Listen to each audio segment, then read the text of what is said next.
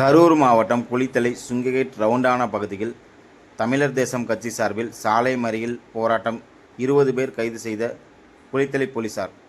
தமிழர் தேச கட்சி மற்றும் வீர முத்தரையர் முன்னேற்ற கழக சங்கத்தின் நிறுவன தலைவர் கே செல்வகுமார் வசிக்கும் திருச்சி மாவட்டம் கொத்தமங்கலம் பகுதியில் உள்ள அவரது வீடு மற்றும் சொந்தமான இடங்களில் தமிழக காவல்துறை சமூக விரோதி போல சித்தரித்து நல்ல பெயருக்கு களங்கம் விளைவிக்கும் விதமாக திருச்சி மாநகர காவல்துறை சோதனை செய்துள்ளது.